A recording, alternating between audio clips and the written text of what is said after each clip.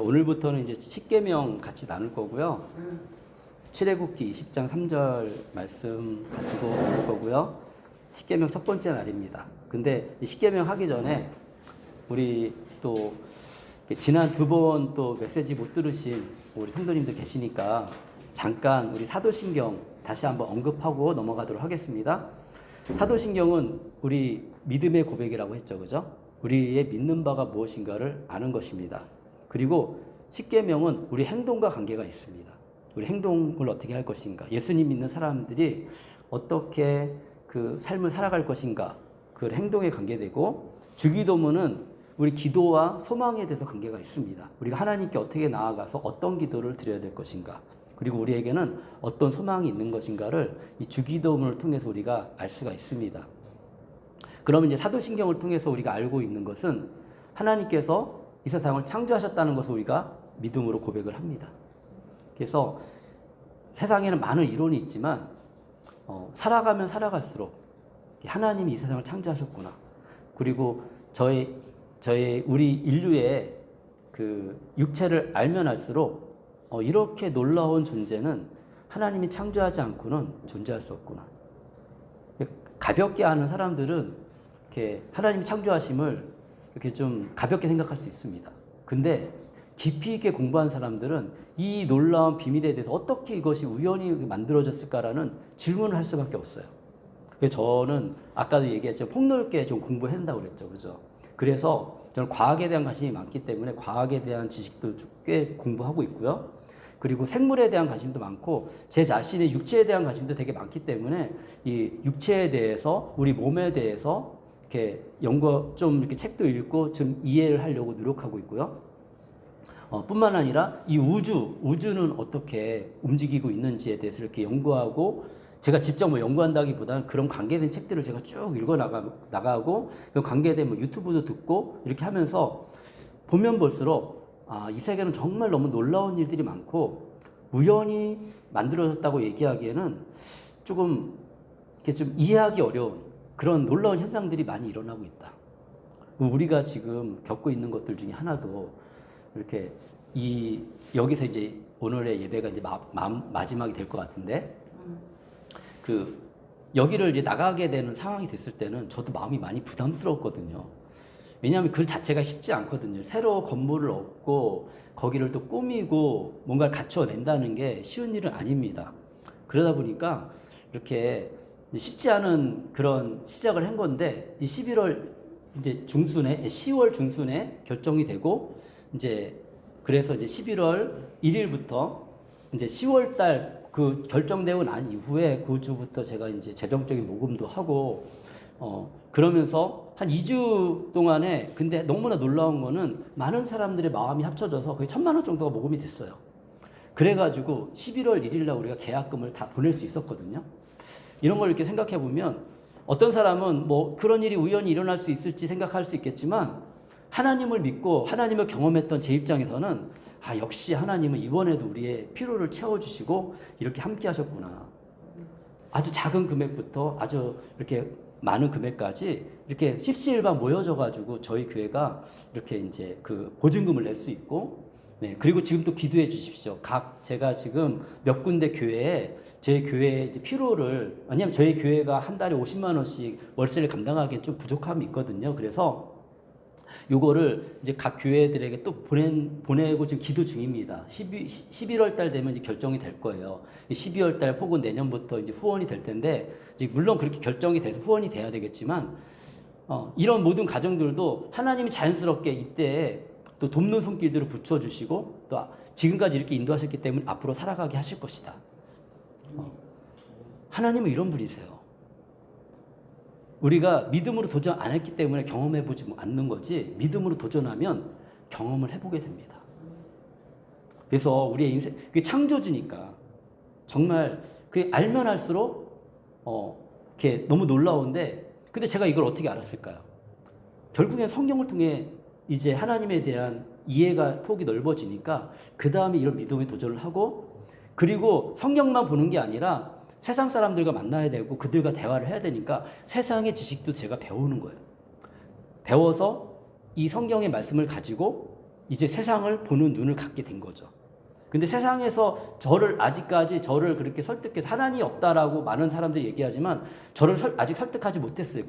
저는 도리어 그들이 발견하는 너무 놀라운 것들을 보면서 인간의 그 세포 하나, 우리 눈의 구조 하나하나를 보면서 이게 어떻게 우연이 될 수 있을까? 핸드폰을 사용하고 이렇게 녹음도 하잖아요. 그죠? 이렇게 이런 미디어 기기들을 사용하면서 우리가 이제 주님을 위해서 쓰니까 너무 좋은데 이런 것들이 어느 누구도 우연히 만들어졌다고 얘기하진 않아요. 사람들이 다 설계하고 그리고 생각해서 발전해서 만들었다고 생각하지. 그런데 이거보다 훨씬 뛰어난 우주와 이거보다 훨씬 뛰어난 우리 육체는 우연히 만들어졌다라고 사람들은 얘기해요. 하나님 모르는 사람들은.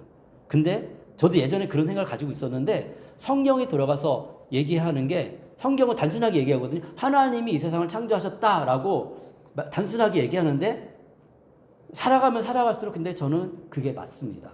그래서 저는 이 사도신경을 고백할 때 하나님 우리를 창조하셨다는 것에 대해서 저는 믿음을 갖고서 고백을 합니다. 뿐만 아니라 우리가 또 누구를 믿습니까? 예수 그리스도를 믿잖아요. 그죠? 예수 그리스도를 믿는데 예수님이 어떻게 이 땅에 오셨는지에 대해서 우리가 알아야 될 거 아니에요. 예수님은 성경에서 뭐라고 얘기하고 있냐면 구약 성경에서 동정녀를 통해서 태어날 거다. 쉽게 표현하면 처녀를 통해 태어날 거다. 말이 안 되는 얘기잖아요. 그죠? 말이 안 되는 얘기인데 신약 성경에 와서 마리아가 동정녀였잖아요. 아직 요셉과 성관계를 하지 않은 상태에서 예수님을 임신했어요. 그리고 그 시대의 정황을 본다면 마리아는 죽어야 되는 게 마땅한 거예요. 그 고대 시대에는. 왜냐하면 그러면 그 약혼만 해도 결혼이랑 똑같은 어떤 법적인 권위를 갖는 건데 아기를 가졌다는 거는 다른 남자와 관계를 맺었다는 이야기가 되고 유대 사회에서는 이런 여자는 죽여야 되는 게 마땅한 거예요. 근데 왜 요셉이 마리아를 죽이지 않았을까? 거기 성경에서도 요셉은 의로운 사람이라고 했고 요셉은 마리아를 신뢰했어요. 그리고 천사가 요셉에게 나타나기도 했고 마리아에게만 나타난 게 아니라 천사도 요셉에게 알려주기도 했고 이런 모든 정황을 생각했을 때 마리아는 처녀였고 처녀가 임신했다는 것을 우리가 믿을 수밖에 없다는 거죠. 그냥 성경은 단순히 우리가 이렇게 소설책처럼 이렇게 쓰여져 있는 게 아닙니다. 하나하나 따져보고 생각해 봐야 될 이유가 있어요. 왜냐하면 이거는 정말 중요한 문제잖아요. 우리가 만약에 하나님이 안 계시고 예수님이 안 계시고 우리 삶에 아무 관계가 없고 우리 안에 일어나는 모든 일들이 우연이라면 믿을 필요가 없는 거죠. 저는 좀 이렇게 좀 발칙한 생각을 좀 했었습니다. 그래서 하나하나 따져보는 걸 좋아하는 사람이에요. 저는. 정말 그러한가? 내가 믿고 있는 예수님이 믿을 만한 대상인가? 내가 정말 기도했을 때 하나님이 정말 내가 원하는 대로 안 해주시더라도 결국에는 좋은 선의 열매를 맺어갈 것인가? 근데 믿음을 가지고 하나님께 나아가니까 그것이 사실이라는 것을 오늘을 살아가는 이런 과정 속에서도 저는 경험을 하고 있습니다. 그렇기 때문에 우리 성도님들에게 정말 하나님은 그런 분이십니다 라고 이렇게 주장을 하고 있는 거죠. 저는. 제가 경험하고 배우고 깨달은 바를 전하고 있는 거죠. 그리고 나서 예수님이 이 땅에 오셔가지고 예수 그리스도입니다. 예수라는 이름은 흔한 이름이었어요. 옛날 시대에 개똥이 뭐 이런 것처럼 아니면 영이, 철이 우리 국어책에 나왔잖아요. 그죠? 그런 이름처럼 흔한 이름이에요. 예수라는 것. 근데 예수라는 이름은 여호수아라는 하나님이 우리를 구원하신다는 뜻을 가지고 있어요. 여호수아. 이런 좋은 이름이니까 많이 썼단 말입니다. 근데 예수님은 어디 예수예요? 나사렛 예수. 그리고 어떤 사람이냐?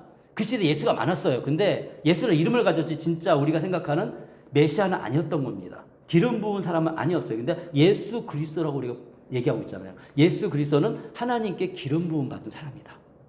이런 것도 제가 이제 설명을 했었습니다.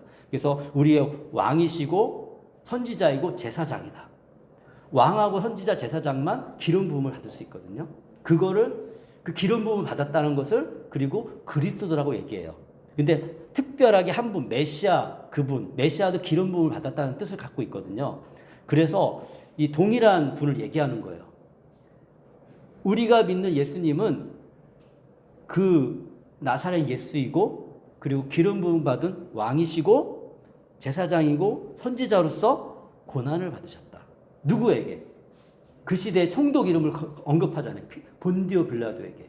본디오 빌라도라는 사람이 존재했나 안 존재했나 사람들이 이거는 밝혀지지 않는다고 생각이 들었어요. 근데 근대 시대에 와가지고 비석이 아주 작은 석판이 발견됐어요. 거기에 본디오 빌라도라고 분명하게 이름이 써 있습니다. 그래서 역사라는 것을 이렇게 알아가는 거예요. 성경에서 얘기했지만 역사학자들은 그게 진짜 일어났느냐 모르잖아요. 그죠? 그런 사람이 존재했느냐 모르잖아요. 그죠? 근데 본디오 빌라도라는 이름이 있고 그리고 동일한 이름이 로마 역사 속에서 언급되고 있고 그 시대에 그런 사람들이 있느냐라고 찾아봤을 때 그런 사람들이 존재하고 그러면 이건 사실인 거잖아요. 그죠? 그게 누가 죽였느냐? 그때 로마 시대에 죽일 수 있는 권위는 로마인들이 있었습니다. 그렇기 때문에 사형을 시킬 수 있는 권위는 정치적인 범죄인으로 죽인 거예요. 예수님은. 자기가 왕이라고 했으니까. 왕이라고 한다. 그리고 죽여야 된다. 그러니까 유대인들이 들고 일어나서 죽여야 된다. 그러니까 밀란이 일어나면 안 되니까 빌라도도 어쩔 수 없이 이 사람을 예수님을 죽였다라고 성경은 또 기록하고 있잖아요. 그죠? 네. 그러니까 이런 사실의 정황을 봤을 때 예수님은 분명히 빌라도에서 고난을 받아서 죽으셨다. 근데 죽었는데 어디에 죽었느냐? 십자가에 죽은 거예요. 그때 당시에 범죄인을 죽이는데 정치적인 범죄인들, 로마를 배반하는 사람들 가장 고통스럽게 죽이는 방법 중에 하나가 십자가에 죽이는 거였습니다. 그렇게 예수님은 십자가에 죽었다라고 많은 사람이 증인하고 있고 우리는 그렇게 죽은 예수님을 우리가 믿습니다라고 고백을 하는 거예요. 그리고 나서 그게 끝이 아니잖아요. 우리는 부활을 고백합니다. 죽은 자 가운데서 며칠 만에 3일 만에 사흘이 3일이거든요. 3일 만에 부활하셨습니다라고 얘기하는 거예요. 그것을 본 사람이 있고 증인들이 신약 성경에 있습니다. 뿐만 아니라 부활하셔서 어디 가셨느냐? 하나님 우편에 가셨습니다. 예수님께서 하나님 우편을 가신다고 말씀하셨고 그리고 제자들이 올라가는 그분을 받고 이 사도신경은 사도들의 고백이에요. 사도들이라는 건 예수님의 12제자를 말합니다. 물론 자살한 유대는 빼야겠죠. 나중에 합쳐진 마띠아를 포함해가지고 12사도가 있었습니다. 그래도 12사도들이 예수님 시대 예수님과 함께 했던 사람이잖아요. 예수님 봤던 사람이잖아요. 우리는 이런 예수님을 믿습니다라고 고백을 하고 왜냐하면 그때 당시에도 여전히 유대인들은 메시아를 기다렸기 때문에 이단들이 많았어요. 그리고 예수님을 가까이 안 봤기 때문에 예수님에 대한 이해도가 낮았어요. 그러니까 지금도 어떤 종교에서는 종교입니다. 기독교라고 말할 필요도 없어요. 거기 어떤 종교에서는 기독교 유사 종교인데 한국 사람이 성령이라고 얘기하고 있잖아요. 사도신경을 고백 못해요. 왜냐하면 우리는 성령을 믿는데 거기는 한국 사람이 성령이거든. 그러니까 이런 차이가 있습니다. 사도신경을 고백하는 교회만이 참된 교회가 될 수밖에 없습니다. 이건 사도들의 전통을 가지고 이렇게 고백을 하는 거기 때문에 이게 중요한 겁니다. 근데 우리가 교회에 오면 이렇게 습관처럼 고백하다 보니까 예배 중에 한 형식으로 원래 처음에는 형식으로 된 게 아니라 우리의 믿는 바는 저들이 얘기하는 이상한 예수와 저들이 얘기하는 이상한 성령을 따르는 게 아니라 이런 고백 속에서 우리 예수님을 믿습니다라고 고백을 하는 건데 이거 자체를 그렇게 시작했던 것이 너무 시간이 오래가고 고정되고 형식이 되다 보니까 주객이 전도됐어요. 그냥 짧게 한번 외우고 끝나는. 그래서 제가 생각할 때 많은 한국의 성도님들 사실 많은 크리스찬들이 교회에서 이 고백을 하지만 이 참된 의미를 생각하고 고백하는 사람이 얼마나 될까? 별로 없을 거라 생각이 듭니다. 저도 한때 그런 성도였기 때문에 알고 있습니다. 근데 어떤 목사님도 사실은 이거를 자세하게 하시는 분들이 있겠죠. 근데 제가 경험한 가운데는 자세하게 설명해주고 또 제 마음이 준비가 안 됐다는 거예요. 설명했어도 제가 못 알아듣고 시간이 걸립니다. 이것이 내 것이 하기 위해서는. 근데 적어도 우리 성도님들은 제가 이렇게 몇 주 동안 정말 오랫동안 이 사도신경을 이렇게 강의했잖아요. 그러면 이제는 사도신경 고백할 때는 이제 생각을 하는 거예요. 이 고백이. 그래서 우리 교회는 빨리 하지 않습니다. 빨리 그냥 후딱 막 사도신경 고백하고 끝나지 않죠. 그죠? 제가 일부러 천천히 하죠. 저도 그 천천히 하면서 의미 하나하나를 고백을 하는 겁니다. 하늘에 올라가시고 우리 또 무엇을 믿습니까? 예수님이 다시 오실 것, 재림하실 것을 믿습니다. 그때와 때는 우리가 알지 못해요. 근데 재림하신다는 약속은 분명히 하셨어요. 올라가신 그대로 사도행전에서 올라가신 그대로 오실 것이다 라고 사도행전 1장에서 얘기하고 있습니다. 그래서 우리는 그 말씀에 근거해서 예수님이 다시 오실 것이고 예수님도 끊임없이 얘기했고 계시록에서 다시 오셔서 심판하실 것에 대해서 예언하고 있기 때문에 우리 그걸 믿는 거예요. 심판의 날이 있습니다. 근데 심판의 날에 우리 하나님이 분명히 심판하시는데 사실은 우리는 심판이 패스됩니다. 패스된다는 건 심판 안 받아도 돼요. 왜냐하면 예수님 믿으면 심판 받을 필요 없이 하나님 걸 가는데 예수님을 안 믿으면 심판을 받아야 돼요. 그 죄에 대한 심판을 받아야 되거든요. 우리는 죄가 깨끗하기 때문에 심판을 받을 필요가 없어요. 그냥 영원한 생명을 얻는 거예요. 근데 예수님을 모르는 분들은 지금까지 설명했던 그 예수님이 살아계신 하나님이 맞고, 그리고 예수님이 하신 말씀이 맞다면, 그리고 현재 우리의 삶에 도우시는 분이 예수님이고 우리의 삶을 인도하신 예수님이 맞다면 심판도 분명히 있는 겁니다. 성경에서 약속한 것들이 틀리지 않거든요. 심판도 있고 뿐만 아니라 성령님이 함께 하십니다라는 것을 우리에게 고백을 합니다. 성령님이 우리와 함께 하세요. 그러니까 예수님은 하늘을 가셨으니까 그러면은 예수님이 가시면서 약속했죠. 너에게 성령을 보내실 것이다. 도리어 내가 가는 게 좋다. 왜냐하면 예수님이 계실 때는 저 생각을 해봤어요. 예수님이 계실 때는 예수님이 육체를 가지고 계신 분이니까 단순히 그냥 그 특별한 육체라도 육체를 갖고 계시잖아요. 그죠? 육체를 갖고 있는 존재는 뭐냐면 여러 곳에 동시에 존재할 수 없어요. 한 곳에만 존재해야 돼요. 근데 육체를 가지고 있지 않은 존재 하나님, 태초부터 함께 계셨던 성령님이 계신 거예요. 그분은 사람이 아니에요. 성령님. 누가 사람이라고 하면 다 틀린 거예요. 그거는. 성경을 모르는 사람들은 그럴 수 있겠어 막 이렇게 막 성경을 모르니까 막 마음대로 가르친다니까요. 마음대로 가르치니까 사람들이 성경 해석이 어렵고 또 옛날 언어고 그러니까 이거 귀찮거든. 또 공부하는 게 귀찮아요. 성경 있는 게 귀찮아. 안 읽어. 그러니까 속이기 진짜 좋은 거예요. 그러니까 많이 알고 있는 사람은 속일 수가 없어요. 근데 요만큼 알고 있는 사람은 속이기 쉬워. 왜냐면 요만큼 아는데 제대로 모르거든. 그러니까 쉽게 속아 넘어가는 거예요. 그러면서 사탄도 능력이 있거든요. 사탄도 기적을 일으키거든요. 사탄도 정말 하나님 비슷하게 일을 하거든요. 그러니까 사람들이 거기 혹 가가지고, 근데 제대로 정신을 차리고 보는 사람들은 그 사람들이 너무 불쌍한 걸 알고 있죠. 하나님은 결코 우리 인류 사회에 있어서 우리를 삐뚤어지게 막 가정을 파괴하고 그런 분이 절대 아니에요. 가정 안에서 가정을 변화시키고 선교사의 삶을 살게 하시는 것이지. 보세요. 근데 어떤 단체는 어떻습니까? 가족을 떠나라고 얘기하고, 가족을 마귀라고 얘기하고.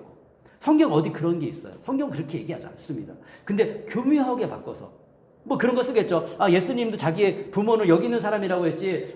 마리아하고, 예수님이 근데 마리아하고 예수님의 동생들을 그 말 한마디 했다고 예수님이 정말 이렇게 등치고 예수님이 그들을 멀리하고 함께 안 했어요? 아니잖아요.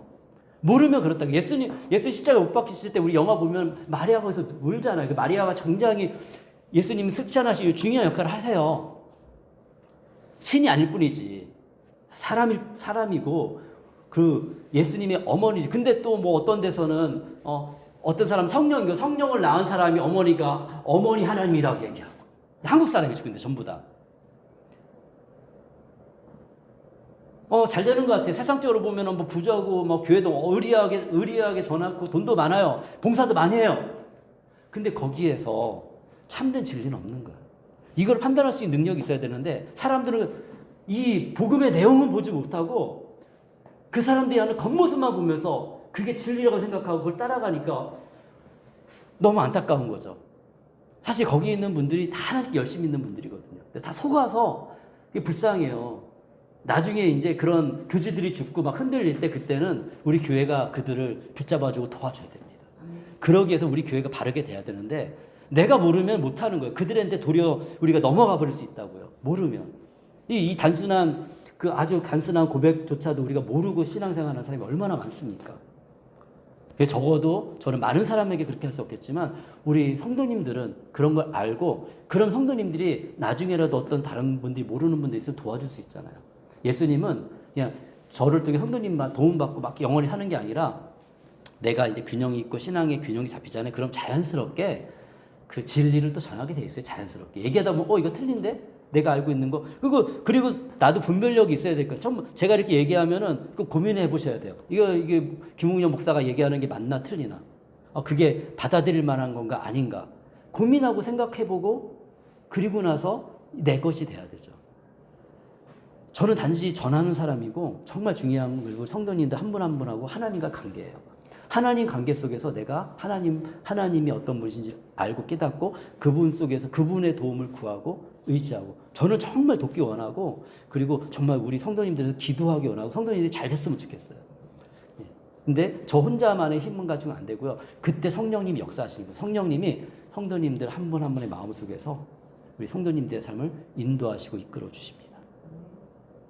그래서 교회가 필요한 거예요. 이런 얘기를 할 장소가 필요하고 그리고 이 교회 제가 이번 주에 잘못 얘기했네요. 출애굽기 이렇게 말씀 나누면서 거기에서도 과연 이러한 예배가 뭐냐, 제사가 뭐냐. 이 제사가 변화돼서 이제 우리는 예배가 된 거거든요. 중간에 이제 뭐 회당 모임도 있고 그러다가 이제 이렇게 예배로 우리가 이제 변화가 된 건데 지금까지 이렇게 발전을 한 건데 그럼 이게 뭐냐?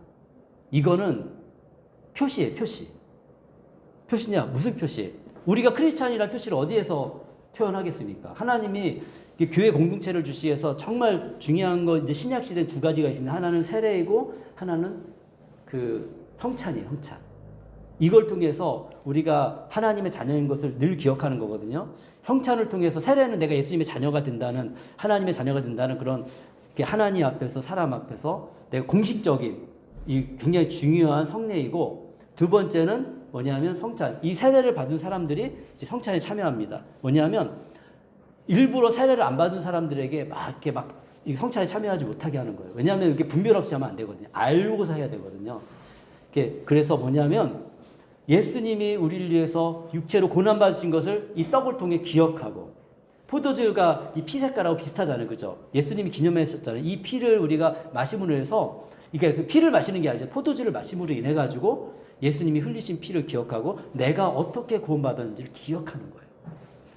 이 성례는 굉장히 중요합니다. 그래서 예수님을 기억하게 하는 거예요. 근데 이렇게 이런 거조차도 사실 잘 모르고 이렇게 신앙생활 하는데 이걸 어디서 하느냐? 교회에서 하고 이렇게 신약교회에서는 매번 성찬을 했습니다.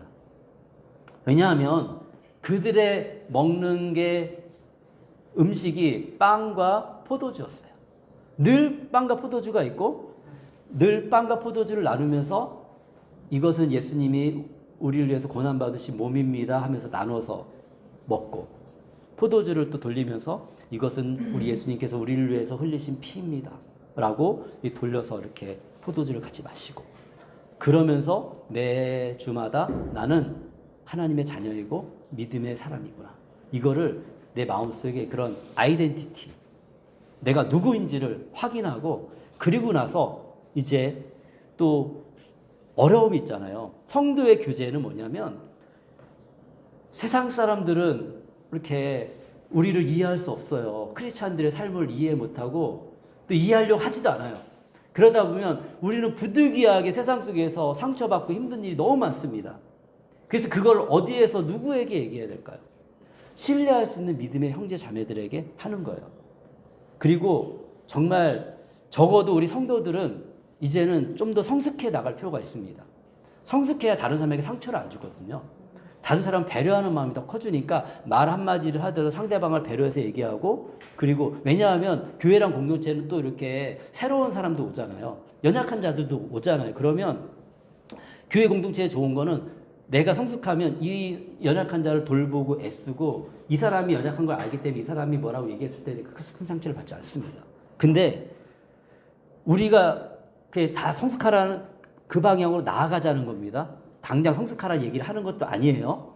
교회는 원래 연약한 사람도 있으니까 저도 연약한 사람이 있고 근데 이제 시간이 흘러가고 예배를 드리면서 이제는 내가 그렇게 포용할 수 있는 사람이 되어줘야 간다는 생각을 가지고 있어야 돼요.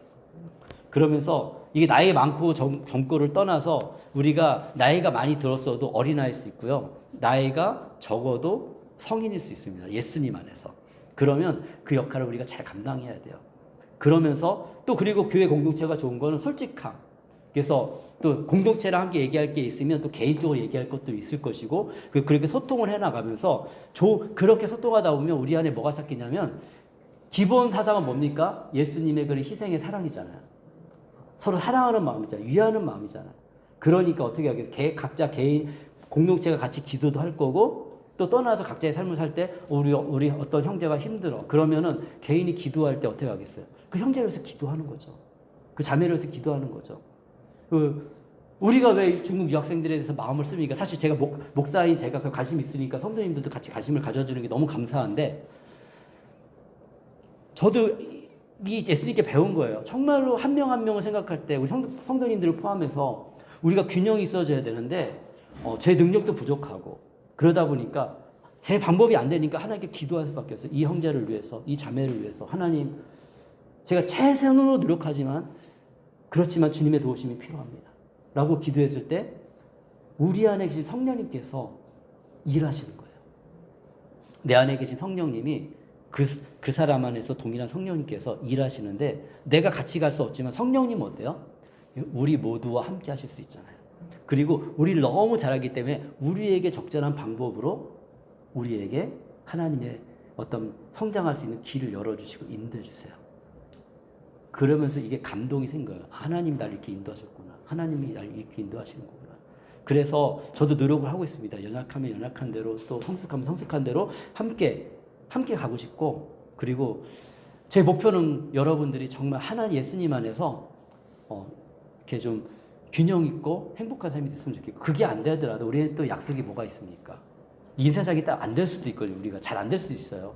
갑자기 뭐 어려운 가정 형편이 갑자기 좋아지지 않을 수도 있거든요. 그죠?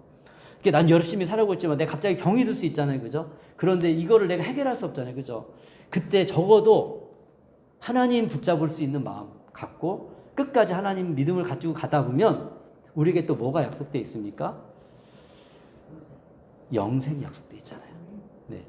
그래서 이러한 성도들의 마음을 주님께서 보시고, 예수님은 정말 진실하신 분이기 때문에 죄를 용서해 주세요. 우리가 어떻게 완벽합니까? 다른 면 상처도 주고, 저도 그렇거든요. 저도 실수할 수 있고, 그러면 그것을 주님 앞에 나아가면 주님은 그 마음 자체를 너무 기뻐하시고 이미 다 용서하셨다니, 그 마음을 가지고 나가는 사람이 죄에 대해 용서하신 거예요. 이미. 그걸 믿으세요. 우리가 죄를 습관처럼 질 수 있거든요. 그럼 자꾸만 생각이 드는 게 뭐냐면, 나는 용서를 못 받은 것 같아, 이런 생각이 들기도 하거든요. 근데 그렇지 않다는 거예요. 용서를 받았습니다. 이게 확실히 맞습니다. 이거를 정말 너무 알려주고 싶어요. 예수님은 진짜 용서하셨어요. 어떤 사람? 주님께 찾아가는 사람들에게. 물론 세례도 중요하고 다 중요한데 그거 전에 더 중요한 게 있습니다. 뭐냐면 예수님이 영접하는 거예요. 영접하면 사실 세례 받은 거는 똑같은 거. 이거 근데 세례는 어떤 형식을 가지고 우리에게 확신을 주는 거고, 세례 안 받았다고 구원받지 못하는 거 아닙니다. 이것도 알아야 돼. 이런 거 모르면은 또 내가 세례 안 받았으니까 나는 구원받지 못하면 어떻게 이렇게 염려하거든요.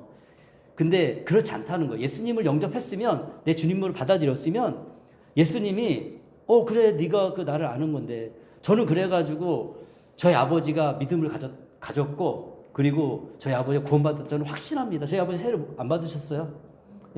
근데 저는 왜 그러냐면 제가 본 게 있거든요. 아버지가 성경책을 들고 직장 가서 읽었거든. 저는 그걸 본 겁니다.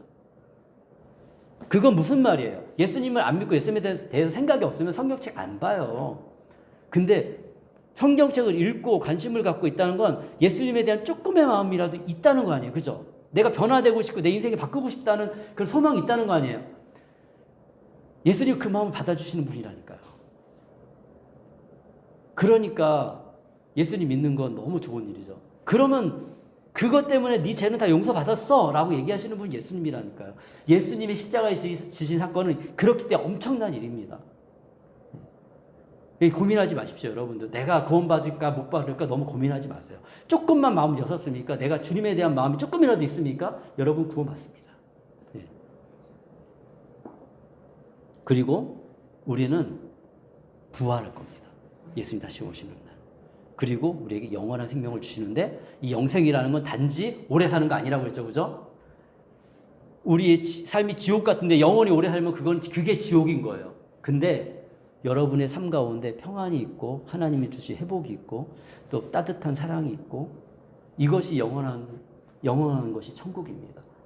이 땅에서 주님과 깊이 있는 교제를 못하는 사람들은 안타깝지만 이 구원받았다는 확신을 가지기 좀 어려울 수도 있어요. 이게 참 저 어폐가 있는 말이긴 하지만, 이게 왜냐하면 이 땅에서 천국을 경험해야 돼요. 근데 그 천국을 어디서 경험하는 거냐면 주님과의 관계 속에서 경험하는 거예요. 사실은 제가 여러 가지 그 열매들 얘기하죠. 행복한 가정, 이렇게 균형 있는 삶, 이렇게 우리가 만족스러운 인생, 예, 그런 것들이 다 어디서 오겠어요? 주님과 교제 속에서 나오는 거예요. 그래서 주님과의 교제를 얻으면, 예, 잠언에서 얘기합니다. 지혜를 얻는 자가 천국을 누리고 하나님 나라의 주인이 되는 거고, 그리고 정말 행복한 삶이 되는 건데, 잠언 31장에 보면 지혜로운 여인이 나옵니다. 지혜로운 여인인데 잠언에서 지혜는 여성형이에요. 여성형. 너무 놀라운 건데, 여인은 31장의 지혜로운 여인은 사람이 아니라 엄격하게 따지면 하나님을 아는 거예요. 하나님의 지혜를 얻는 거예요. 그러면 이 지혜가 무역을 할 때 좋은 열매를 맺기도 하고, 이 지혜가 그 사람을 정말 어디서든 당당한 그런 남자로 만들어주고, 아내 때문에 그 남자가 그렇게 된다고 했거든요. 그리고 정말 가정을 돌보는 이 지혜가 가정을 돌봐서 우리가 아니라 우리가 주인이에요. 하나님이 주인이 되어지면, 그러면은 우리가 이 땅에서 천국의 삶을 누릴 수가 있는 거예요. 예수님을 믿어야 이런 일들이 우리 안에 일어납니다. 그리고 예수님과 만나야지 이런 일이 일어납니다. 만날 때까지 하나님은 기다리세요. 근데 부끄러워하지 마시고요. 내가 뭐 부족한데 어떻게 만나게, 전혀 그런 생각하지 마시고 주님께 나아가십시오. 그러면 주님께서 여러분들을 받아주시고 기쁘게 받아주시고, 그리고 우리의 삶을 그렇게 복된 삶으로 나아갑니다. 이런 고백이 담겨져 있는 게 사도신경입니다. 네, 오늘도 사도신경 이게 설명하다가 시간이 많이 갔지만 중요한 거기 때문에 우리가 기억하고 그렇게 고백하면서 이렇게 날마다 고백하셔도 됩니다. 날마다 개인적으로 예배 드릴 때 고백해요. 저는 가끔씩 그렇게 합니다. 또 이제 이렇게 얘기했으니까 아마 이번 주부터 또 계속 고백할 거예요. 세 가지를 고백을 합니다. 사도신경, 그리고 십계명, 그리고 주기도문. 이렇게 잘 모르겠으면 이거 세 가지만 해도 완벽해 진짜. 그 고백에, 근데 그냥 소리내서 읽는다고 되는 게 아니에요. 그거 외운다고 되는 게 아니에요. 의미를 기억하면서 고백을 해야 되는 거예요. 생각에 하나님이 다 우리 마음을 다 아시는데, 너 그거 했어. 근데 내가 볼 땐 너 좀 형식적인 것 같은데? 그거에서 만족하지 말고, 하나님이 진짜 원하는 게 성경을 가르쳐 주고 성경을 주는 목적이 뭐예요? 성경을 우리가 100번 읽었다고 그게 좋은 게 아니에요. 좋은 거긴 좋은 건데, 100번 읽었는데 내용을 모르면 아무 소용없어. 하나님 마음을 모르면 아무 소용없어요. 그거는 하나님 기억도 안 하세요. 근데 하나하나의 의미를 알고 우리가 그 삶을 살아가려고 노력할 때 하나님이 기뻐하시고, 그걸 기뻐하시는 거예요. 과부의 드렛돈을 기뻐하시는 이유가 거기에 있는 거예요. 부자들이 아무리 많이 헌금을 해도 하나님 기뻐하지 않으셨어요. 예수님이 칭찬하지 않으셨어요. 근데 과부의 드렛돈을 왜 칭찬하시는 거야? 거기에는 마음이 담겨져 있거든요. 부자들은 사람들을 보면서 내가 이만큼 부유하니까 이만큼 헌금해서 성전을 해서, 근데 이미 영광을 다 받았어요. 그 사람은 이미 하나님께 영광 받을 거 없어요. 근데 아무도 알아주지 않는데 이 과부의 드렛돈, 정말 얼마 안 되는 돈인데 2,000원은 하나님 영광 받으시는 거예요. 하나님 기뻐하시는 거예요. 왜냐하면 그 과부의 전부를 드렸거든. 하나님, 예수님이 어떤 분이신지, 예수님이 뭘 보시는지 우리가 알아야 되는데, 그런 거 안 보고서 신앙생활 하다 보면 자꾸 이상한 데로 빠져요. 종교가 돼요. 종교가. 많은 기독교가 지금 종교가 되어 있습니다. 그래서 우리 생명학교에만은 저는 그렇게 안 갔으면 좋겠고, 생명학교에 다니고 성도님들과 우리 유학생들은 그렇게 안 됐으면 좋겠어요. 쉽지 않습니다. 근데 세상과 이렇게 나가다 보면 그런 일이 많습니다. 예. 그래서 아직 시간 좀 있습니다. 한 8분 정도 남았어요. 그래서 첫 번째 말씀, 출애굽기 20장 3절에 이렇게 얘기합니다. 그러니까 이제 이걸 알아야, 근데 이렇게 말씀하실 이유를 안다니까요. 20장 3절에 뭐라고 합니까? 너희는 내 앞에서 다른 신을 섬기지 못한다. 다른 건 다 가짜라는 거예요. 하나님 앞에서. 코람데오라는 아주 유명한 말이 있습니다. 이 하나님 앞에서거든요. 하나님 앞에서 다른 걸 섬기지 못한다. 다른 걸 섬기면 안 돼요. 왜냐하면 하나님과 우리와의 관계가 깨지기 때문에 그래요. 하나님이 가장 소중하게 여기는 건 하나님과 우리와의 관계예요. 아담과 하와가 쫓겨난 이유는 하나님과 아담과 하와의 특별한 관계가 깨져버렸기 때문에 그래요. 하나님을 신뢰하는 걸 버려버렸기 때문에 그래요. 우리는 너무 쉽게 선악과를 따먹거든요. 오늘날도 너무 쉽게 선악과를 따먹습니다. 왜냐하면 하나님은 선악과를 따먹지 마, 여기죠. 하나님이 우리 여러 가지 말씀하시잖아요. 그러니까 너는 나의 자녀로서 이렇게 살아야 돼 라고 얘기하는데 우리 그렇게 삽니까? 그렇게 안 사는 경우가 너무 많죠. 근데 하나님은 그렇게 안 사는 것보다 더 속상하게 여기는 게 뭐냐면 관계가 깨지는 걸 싫어했어요. 근데 이게 어느 정도냐면 뭐냐면 부부 사이에 다른 사람이 끼는 거예요. 결혼해 본 사람은 압니다. 이렇게 또 이렇게 데이트도 해봤으니까. 근데 누군가가 내가 사랑하는 사람이 끼면 그러면 마음이 어떻습니까? 누군가가 이렇게 여러분을 적용할 수 없으니까 저도 그게 정의하고 싶진 않지만 누군가가 아내와 저 사이에 껴가지고 아내를 뺏어가면 어때요? 화가 나죠, 그죠? 아니면 제가 누구 아내 말고 다른 사람을 제가 아내만큼 사랑한다고 생각해 보세요. 아내가 미쳐 날뛰죠. 하나님 믿는 거 이거 다 떠나가지고 미쳐 날뛸 수밖에 없습니다. 이거는 큰 충격이잖아요, 그죠? 하나님과 관계 속에 우리 다른 걸 끼는 게 하나님은 이런 거예요. 근데 놀라운 거 하나님은 진짜 아프신데 죽기까지 희생하시는 거잖아요. 그래서 절대적인 충성과 사랑을 원하시는데 충성이라는 게 막 이렇게 막 고개 주아리고 이게 아니에요. 선택권이 우리한테 있어. 하나님 우리 그걸 주셨다니까요. 네가 그냥 나를 사랑해서 충성하기 원하지 내가 무서워서 충성하기 원하는 건 아니야. 이거예요. 하나님. 세상은 우리가 무서워서 충성합니다. 그렇죠. 직장생활 하시면 열심히 하는데 사실 이게 CEO도 사실은 근데 어떤 사람이 좋겠어요. CEO가 무서워서 충성한 사람하고 CEO가 정말 존경하고 사랑해서 충성한 사람 어떤 사람 좋겠어요. 존경하고 사랑하는 게 사람 원리는 사실 그렇잖아요. 근데 세상에 많은 사람들은 어쩔 수 없이 직장생활 하면서 그 사람의 눈 때문에 어쩔 수 없이 이런 일들 하고 그런 것들도 사실 세상의 원리이기 때문에 우리가 거기서 신음하는 거예요, 진짜. 그런데 하나님은 하나님이 다른 건 뭐냐면, 그렇게 힘들면 좀 쉬어. 나는 그렇게 네가 이렇게 막 내가 무서워서 이렇게 나를 사랑하는 거 원하지 않고 정말 나를 사랑했으면 좋겠어. 사랑해서 네가 작은 것 하나 하는 것도 나는 너무 기뻐. 이것이 바로 하나님의 마음이고 하나님이 원하는 건 이런 관계가 되길 원하는 거예요. 근데 실질적으로 우리가 삶을 살아가면서 교회 안에서 목사와 성도의 관계도 그렇고, 그죠? 또 성도들과의 관계도 마찬가지고, 가족들의 관계도 마찬가지고, 그죠? 우리가 원하는 건 뭐예요? 무섭고 두려워서. 아이들이, 저도 참 좋은 아빠는 한동안 아니었는데, 아이들이 아빠의 눈치가 무섭고 두려워서 아빠 말을 듣는 건 사실은 그렇게 좋은 건 아니에요. 아빠가 나를 정말 사랑하고 나를 이해하려고 애쓰고 있고, 그리고 이제 이것도 나이가 들어야지 깨달아지거든요. 그러면은 자연스럽게 아이들 안에 때가 되면 아빠를 존경하는 마음이 생기고, 그러면 우리가 원하는 게 뭐예요? 이런 관계를 원하지. 아빠도 그런 관계를 원하는 거죠. 저도 우리 아이들이 저를 이해하고 이제 나이가 좀 군대 갔다 오니까 그런 것들이 이제 생기더라고요. 이제 생기고 그런 관계가 되니까 너무 기분이 좋아요. 아빠를 이해하고 아빠를 생각하고 부모를 생각하는 마음. 근데 그게 제가 두려워서 얘네들이 제가 두려워서 공부하는 게 아니란 말입니다. 그냥 내가 이렇게 열심히 살면 아빠, 엄마가 기뻐하고 또 나도 열심히 살면 좋은 거니까 이렇게 열심히 살아가는 모습을 보면 저는 행복합니다.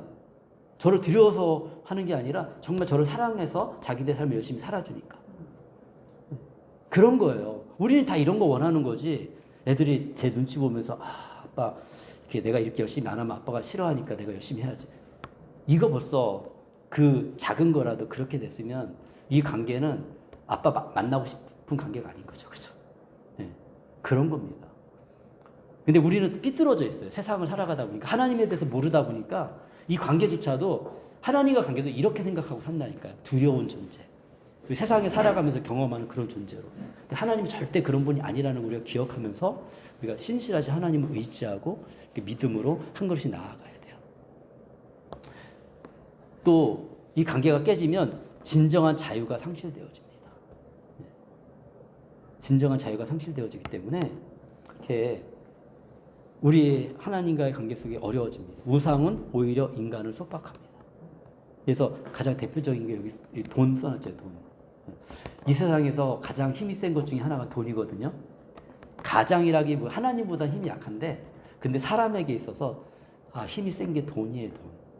사람들이 다 이 돈을 얻기 위해서 인생을 팔고, 또 돈이 없게 해서 사람을 속이기도 하고, 돈을 얻기 위해서 정말 여러 가지 일들을 많이 하잖아요. 그죠? 근데 이 돈이 인간을 속박합니다. 신문지상에 뭐 이렇게 그 핸드폰을 켜가지고 뉴스만 보더라도 이 돈 때문에 사람들이 얼마나 속박을 받고 인생을 망치고 어려워하는지 우리가 볼 수가 있습니다. 이래 인생이 되면은 우리 안 되겠죠. 그래서 이런 것들을 이렇게 기억하면서 우리가 하루하루 살아갈 때 이 믿음의 삶을 잘 살아가야겠습니다. 힘을 내시고 뭐 그래서 우리와 하나님 사이에 다른 것이 끼어들지 않았으면 좋겠어요. 네. 우리 가족도 다 하나님이 주셨고 우리 인생도 다 하나님이 주신 거라면, 그러면 그 하나님의 도우심이 정말 필요한 건데, 그 하나님이 우리에게 우리 정말 사랑하지만 지켜만 보고 관심을 손을 이렇게 내밀지 않는 상황을 내가 만들면 그거를 우리한테 주셨으니까 우리가 하나님께 나아가면 하나님 언제든지 도와주기 원하시지만, 우리가 잠시 딴짓하고 딴 눈 팔면 하나님은 그래 그러면 좀 내가 기다려줄게 이거예요. 하나님 늘 그렇습니다. 그래서 그 하나님을 기억하면서 우리 믿음의 삶을 좀 잘 살아가는 우리 삶이 됐으면 좋겠습니다. 이 시간에 우리 같이 기도하도록 하겠습니다. 같이 기도할 건데요. 우리 찬양을 틀어드릴게요. 같이 기도하겠습니다. 기도하시겠습니다.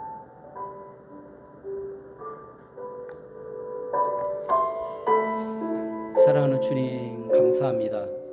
오늘 예배 가운데 또 하나님이 함께 하시고 인도하시고 이끄신 것을 위해서 감사합니다.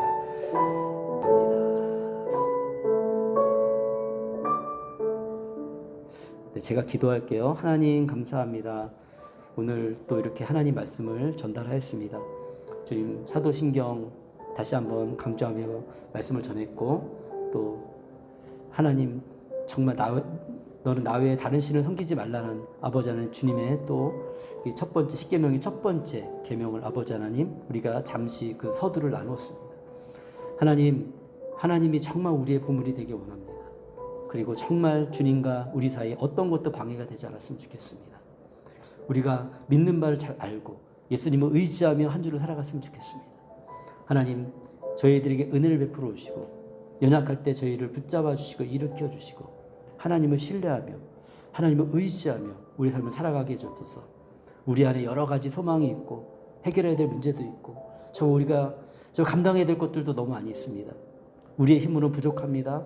또 저의 도움으로도 정말 만족시킬 수 없음을 저는 알고 있습니다. 그렇기 때문에 신실하신 하나님의 성령님의 우리 각자의 삶 가운데 그 인도하심과 은혜가 필요합니다. 주님 은혜를 주시고 주님이 돌봐주셔서 정말 하나님을 신실하게 믿고 살아가는 우리 모든 믿음의 성도들이 될 수 있도록 주님 안에서 정말 균형을 잡아가고 주님이 주시는 그런 천국의 기쁨을 누리며 살아갈 수 있는 은혜를 경험하는 성도님이 될 수 있도록 주께서 인도하여 주시옵소서. 주님 감사합니다. 사랑합니다. 예수 그리스도의 이름으로 기도합니다. 아멘. 축도하겠습니다. 지금은 우리 주 예수 그리스도의 은혜와 하나님의 사랑과 성령님의 함께하심이 예수님을 믿고 하루하루를 믿음의 삶으로 살아가는 우리 모든 믿음의 형제 자매들에게, 모든 성도들에게, 믿음의 사람들에게 영혼까지 함께 있을지어다. 아멘.